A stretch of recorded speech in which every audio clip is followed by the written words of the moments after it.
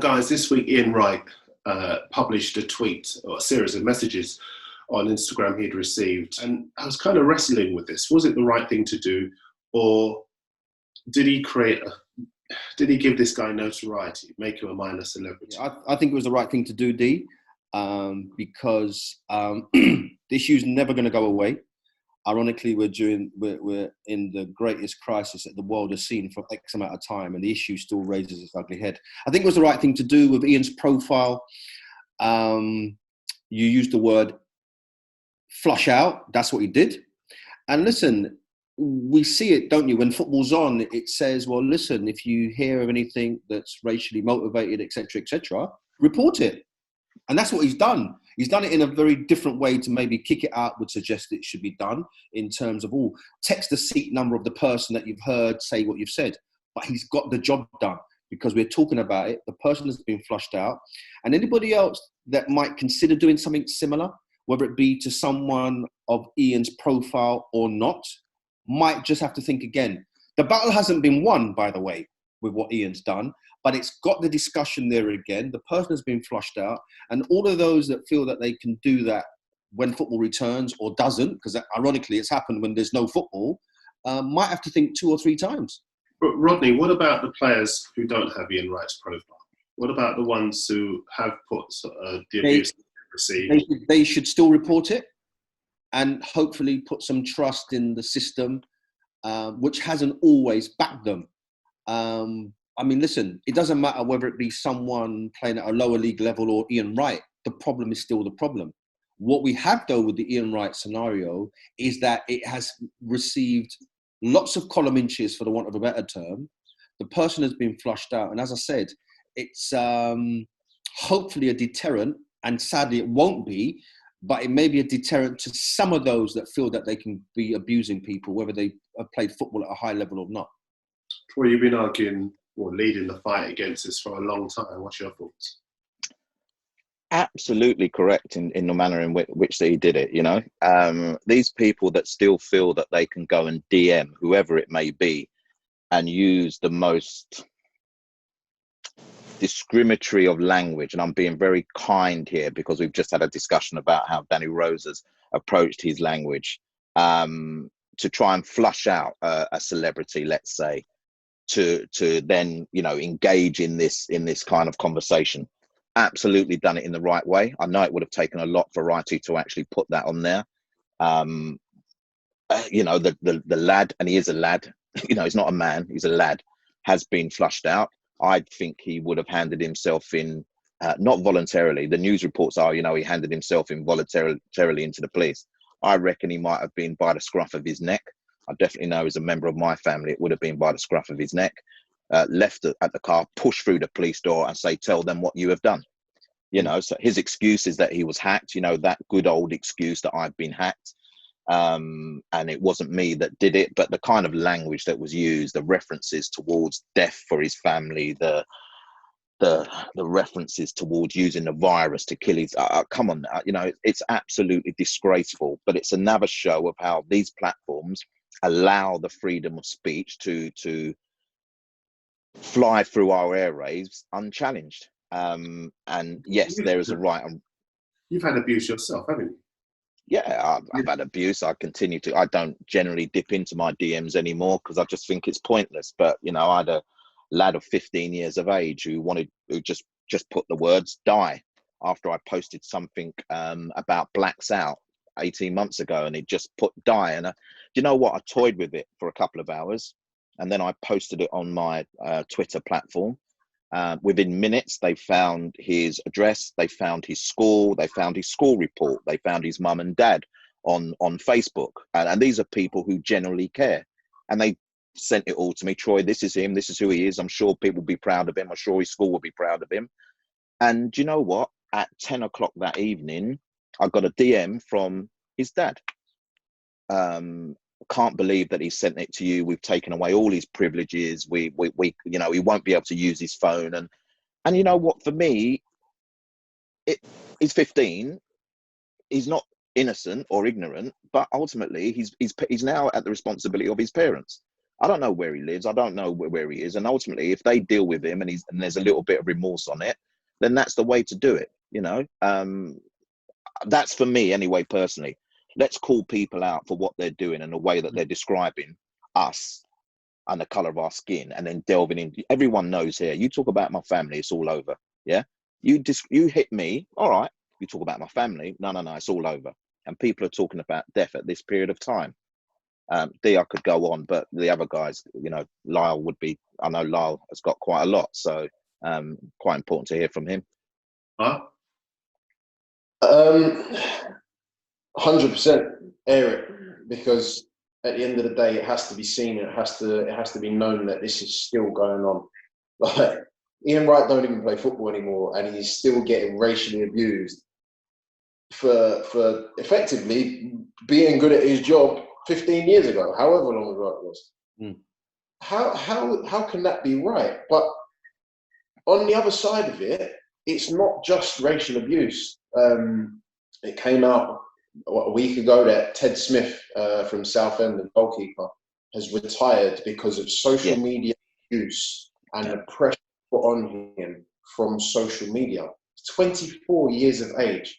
Now, I commented on the picture, and it was posted on an Instagram feed called Rising Ballers.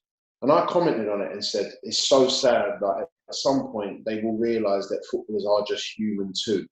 And I got kids replying saying, if I was getting paid 20 grand a week, they can say what they want to me. If I was getting paid $1 grand a week, they can call me every name under the sun. Are you mad? Are you stupid? I'm sat there thinking, are you not actually for real? If you're getting paid £1,000 a week, they can say whatever they want to you. I said to him, so if someone gets paid £1,000 a week, they can be racially abused. They can be called every name under the sun simply for doing their job. I said, how about if I turn up at your workplace and start abusing you while you do your job? Regardless of whether you're doing it well or not, I'll just start abusing you because I can. And they're all like, yeah, well, you need to get thicker skin. We're human. Yeah, but we are human. Why don't else realise that we are human? Lyle, unless they've experienced it on a consistent level, they would never appreciate it. And I wouldn't want to put people into the situations that you've had to experience, that many of our footballers, black, white, from whatever country they're from, what they've had to experience, what I've had a little bit of. I would never want people to have that experience, because it's not just the immediate effect on you as an individual, it's the wider effect, as has been highlighted, on family members, etc. So you are so right that they would. It's just unbelievable. It's a disgrace. It's a disgrace. And now all of a sudden, because you do a job that people pay to watch you do, you're now a target. And there's people going to be, oh, you should feel lucky. You've made it to where you've made it to. I went, no. I said, I've been released 4 times. I've been sold twice. I've dealt with racist managers. I've been kicked in the nuts. I've had to get myself back up and do my job. Luck tells me that I've just fallen on my feet into a multi-million-pound job. Luck just tells me that I've got here because somebody did me a favour. No. I've grafted my nuts off.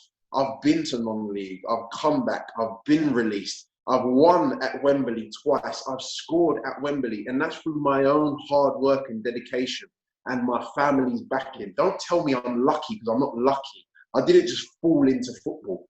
I've worked since I was, God knows how small, to hone my skill set to get to where I am now. This isn't luck. I didn't just fall into this. Get out of my face about luck.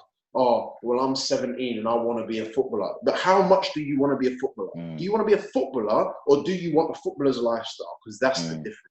Because all I see now is kids going, I've got these trainers, I've got this hoodie, I've got this car. Go and do your work behind closed doors, and then come back to me when you've played 100 games and then tell me I've made it. Because I'm sick of it. I'm sick and tired of it. Back that fully, D. Back that fully, because and Rodney as well, because nothing more. Yeah, you're right. Nothing more needs to be said from us, anyway. Nothing more does need to be said, but I will just ask one more question of you, Lyle, if that's okay. How bad did the abuse get for you? I've been told there in front of my face while celebrating a goal, I'm gonna rape your mum. Like, I've been called a coon and a nigger. I've been called all sorts. I've been told to die. I've had a 15 or 14-year-old kid abuse me. He was a Wimbledon fan. Literally, last season, I left Wimbledon after 3 years, went back there with Charlton in the February, I think it was, and I'm being racially abused for doing my job by people who 10, 12 months before were singing my name. What is wrong with you? A 14 and 15-year-old kid. Like, I've been abused by a Bradford fan who then claimed that his account had been hacked, and then he claimed disability. Like, well, which one is it? Like, and then the police say, oh, well, we can come in and talk to you. All right, that's fine. But have you dealt with the one that happened 6 months before? No, it's still ongoing. Why? Why is it ongoing? You told me who the bloke is. You told me that you could offer him education, but it's still ongoing. Why is it still ongoing? You look at some of the cases that still have not yet been adjudicated on.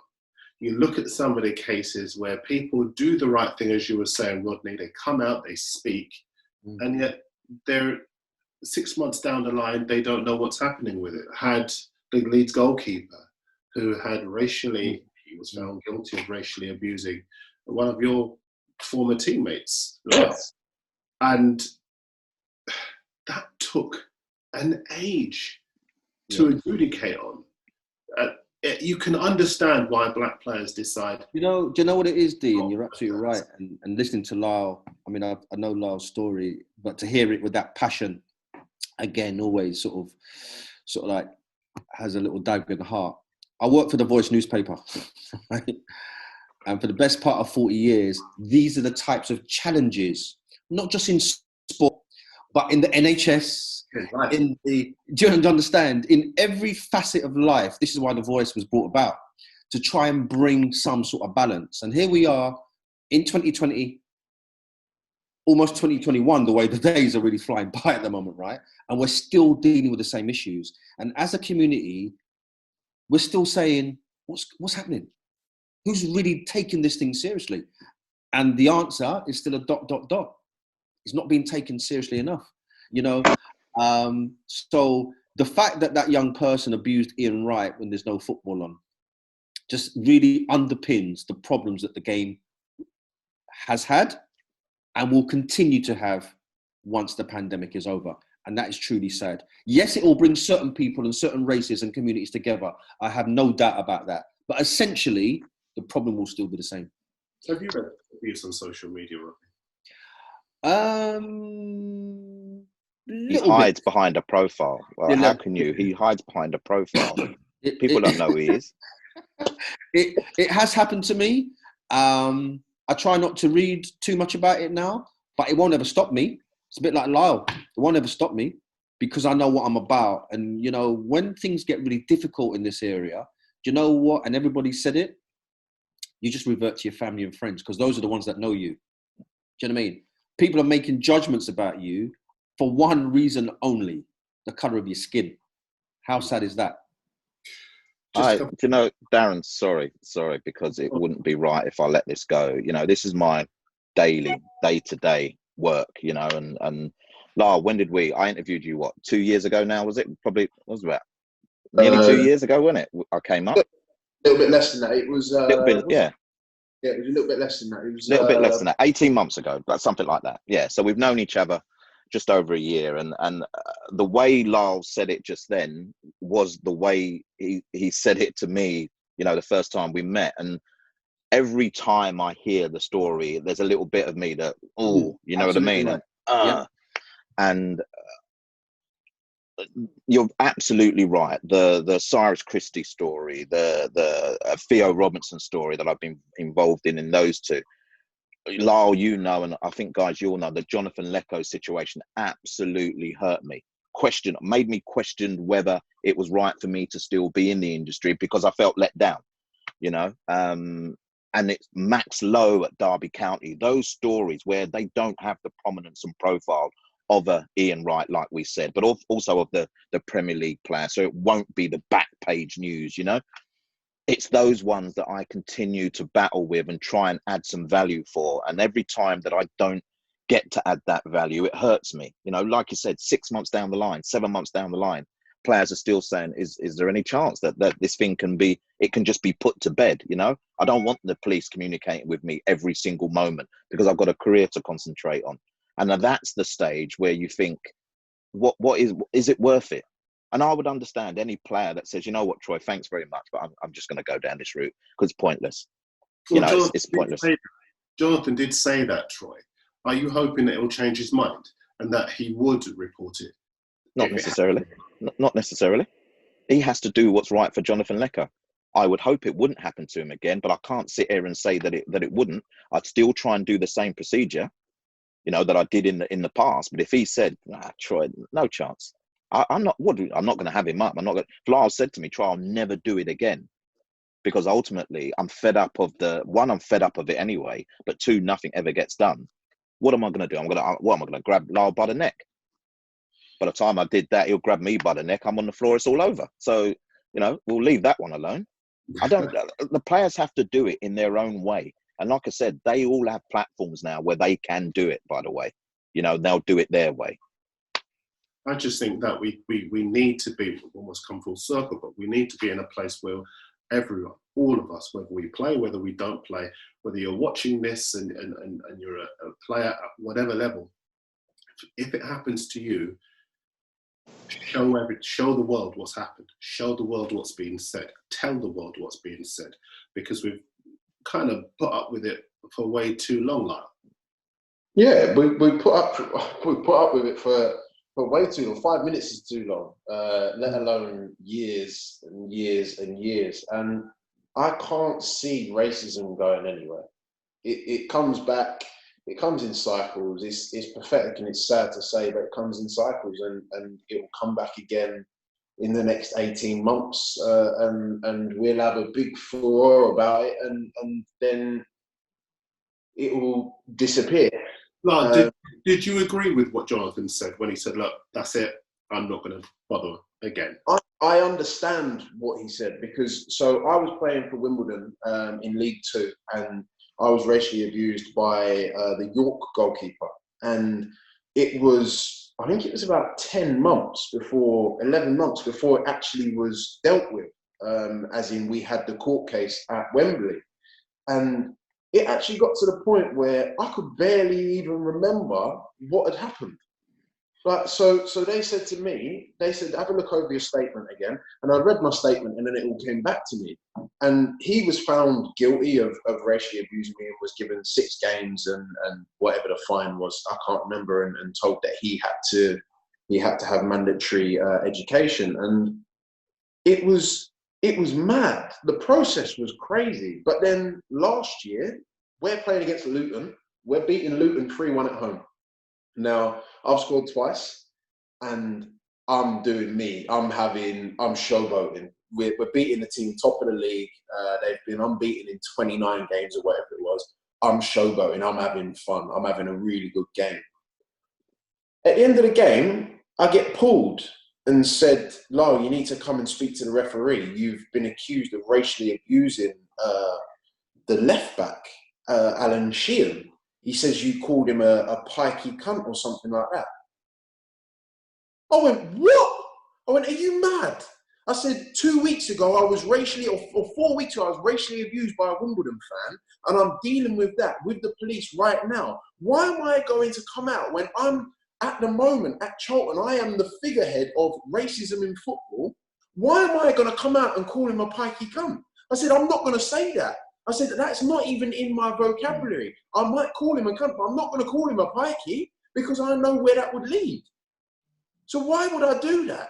So then he drops it. Imagine this, he drops it and goes, right, he comes up to me in the tunnel and goes, I'm dropping it.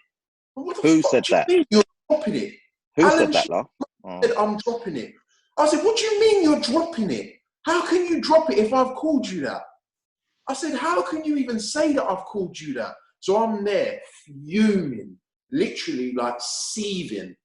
And the next thing I find out is he's just, oh no, I'm dropping it.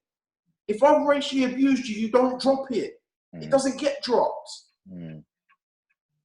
So how can that happen? It's madness. No.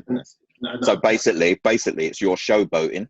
Yeah, it's you being you that's led to you being accused because you're beating the top of the table side. So this is how it happened, right?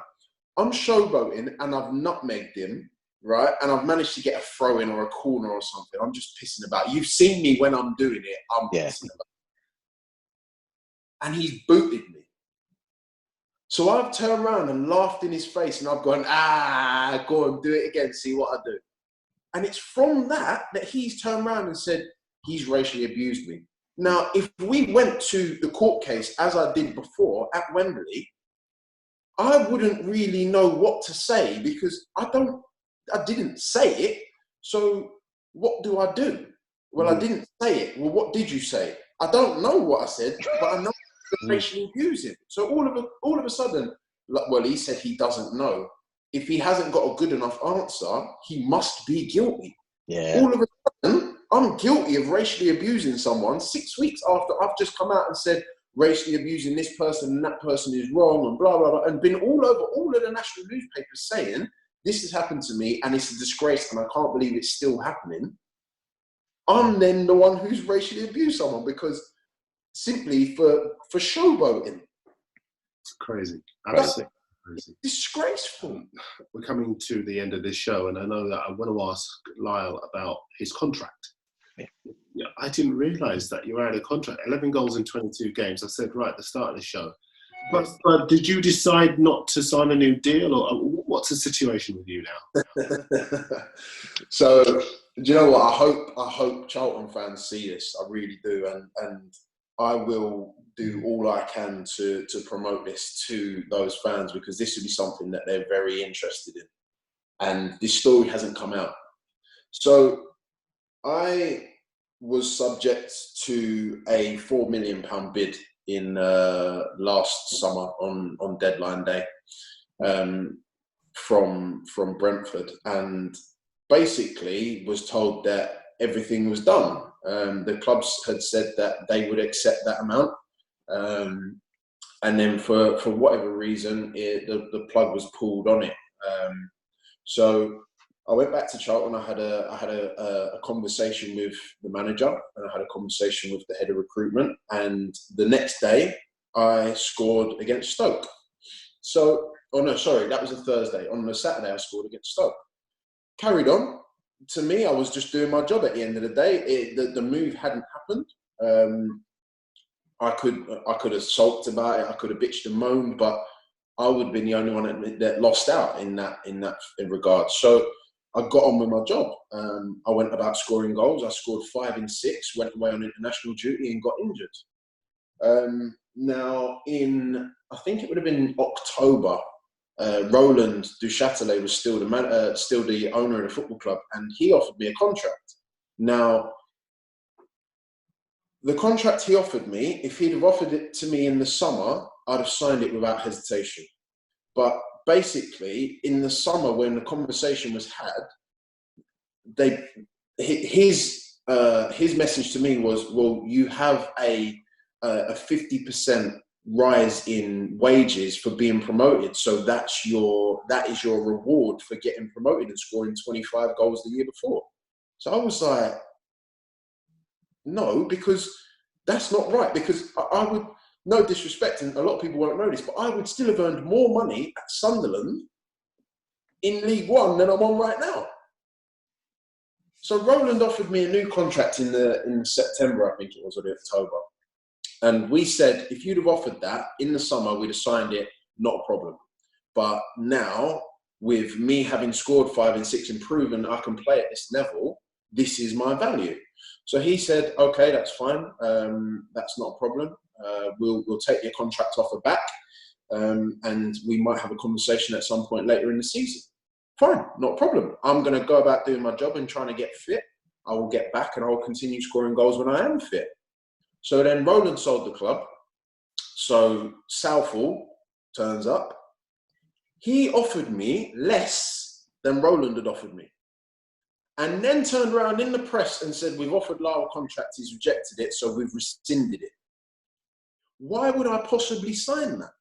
But he's going to go and use me as a scapegoat, which he did. So then all of the fans turned on me.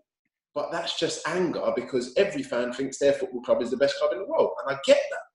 But what they didn't know was that Southwold offered me a contract less than I had been offered by the previous owner. Now, the manager told him, this is what Lyle was offered.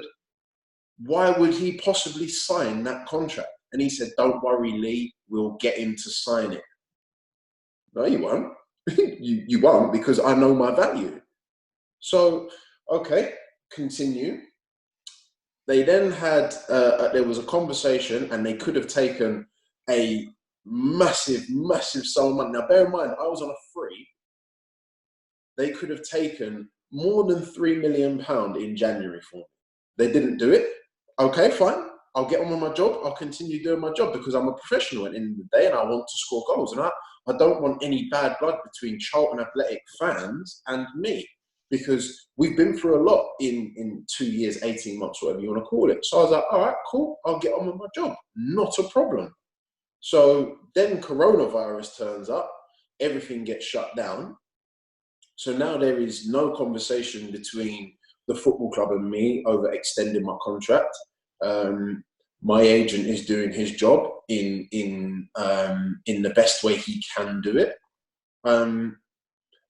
But this is the whole story of this season with my contract, is that basically Southall tried to stiff me and then tried to throw me under the bus after he'd stiffed me. Like, honestly, you could not even begin to imagine the circus that this football club has become. Well, and the fans are the only ones that lose, the only ones. And it's a disgrace that it's happening. Because this is big Charlton Athletic. This isn't, no disrespect, but a Greenwich Borough, or no disrespect, but an Ebbsfleet. This is big Charlton Athletic. I was going to say, because you use the word circus and people look at what's happened to Charlton over the last couple of years, actually. And they just must be so sad about what has happened to a club who, less than 20 years ago, was in the Premier League. It's a disgrace. I'll be honest with you. It is an absolute disgrace what is happening at this football club. And the football fans are the ones who lose out. And I don't know. I really hope it doesn't get to that point. But with the way things are going, there's every chance you see an AFC Charlton or something like that, because I can't see how this ends well. I really can't. And then the problem is going to be, okay, well, who pays Roland? Because he still owns the training ground and the stadium. So then what? If the supporters take over, they can't stump up 55 million or whatever it'd be for the land. They couldn't then pay the rent to Roland, which would be probably millions of pounds a year. But how does it even work? And it's the football fans I feel sorry for, because they are the only ones that lose out. At the end of the day, the players might lose a little bit of money short term that might be covered by the PFA. They will eventually find another job somewhere. But the football fans are the ones, they are the only ones who lose out in all of this, because they are the custodians of Charlton Athletic Football Club. And that's what it's a family, and they are unfortunately being stiffed by people who think that they can steal money out of the accounts and make a quick buck. Rodney? Yeah, I mean, just listening to that, it's really sad. I mean, I've covered Charlton numerous times, D, under Kerbishley, Chris Powell, etc. Always enjoyed going to the club. You know, the stadium appears in these little narrow streets and roads, don't they? It's a real family-orientated club. Always a good vibe there as well. No trouble at all. To hear Lyle describe what's going on there now as a circus tells me that things have certainly changed. But that's what happens when clubs plummet from, if you like, top table downwards. It doesn't always happen, but then the risk is that things, as they say, just simply aren't what they used to be. It's really sad to hear that. I hope it sorts itself out, but by the sounds of it, if it does so, it's going to have to do it pretty quickly, or it's going to be in even further trouble. And Troy, you would imagine the way that it is going to get sorted out is if somebody else is in control of that club. Well, the way it's being played out, particularly on social media, you know, over the last few months, is not great, to be totally honest. And I feel for the fact, the way Lars says about the fans, you know, ultimately they're the ones that are hurting all of this and the possibility of losing their football club, because there's messages going out on I think it's Twitter and Instagram and whatever else that are just not great. And you wouldn't want the finances of a football club played out in that way, or the ownership, sorry, of a football club played out in that way. You know, without someone coming in, pushing the two of them aside and saying, look, I'll buy this football club because it needs to be, you know, it needs to be stable. I don't see it ending very well, to be totally honest. It's surely got to end up in the court somewhere along the lines. If the figures that Lars talking about in terms of the money is just crazy, it's a club steeped in too much history to go down the wayside. But we're in uncertain times now, so you know, I don't know what impact that has as well. But it's sad to hear the story, the way that it's being portrayed, and the way it's come out. Really, really sad. Well, let's give the last word to you. Do you hope that everything is sorted out? Obviously, Charlton 3 places off the bottom of the championship table. Do you hope it's all sorted out on the pitch, or is there still a concern that maybe it might be points per game? I hope things can be sorted out on the pitch. At the end of the day, we submit to a 46-game league season. Now, if that season can't be finished for whatever reason, I don't see that you can relegate people. I think the better way, or the best worst case scenario might be you can promote teams and they will just have to somehow over the next couple of years in the Premier League relegate 4 and then 4 again if you promote 2, or there has to be a way of sorting it and fixing it, whether that's more teams in the Premier League. Okay, we'll scrap the Carabao Cup and the Paint Trophy and maybe even the FA Cup for a year, just so that we can figure it out and get the games in. And I've been told there's no international football for the rest of this calendar year, so that's 3 weeks that you can play games that you wouldn't have otherwise been able to. I hope that they can sort it on the pitch, but I just can't see how it's viable. So I hope that they come to the agreement that relegation is, that you can't relegate teams. I can half understand promoting teams, especially those who are that far out in front. If you look at Leeds and West Brom, they are that far out in front. But then you're going to have legal challenges from the Fulhams, the Brentfords, the Nottingham Forests of this world. And I would completely understand that as well. And it's not that somebody's going to lose. Somebody will lose out. I hope to God it's not Charlton, obviously because of my affiliation with the football club. But I don't know where this is. I can't see this finishing on the pitch, if I'm completely honest with you. Maybe the Premier League, because they can afford to pay £250,000 to literally hold their players up in a hotel or whatever it might be. But the clubs at this level, they just don't have the capability of doing that. I think that £250,000, if you did that for a month, that would be, I believe, about half of the money it costs to pay every single member of staff at Charlton Athletic. So there you go. That kind of puts that into perspective. It might be different out of Fulham or a Leeds, for example. Yeah, but £250,000 will pay every single member of staff at Charlton for 2 weeks. So that kind of puts it into perspective about how much money it is actually going to cost to kind of figure this out. Look, fingers crossed that you guys do stay up and that you are playing football. You've been at the top of your game.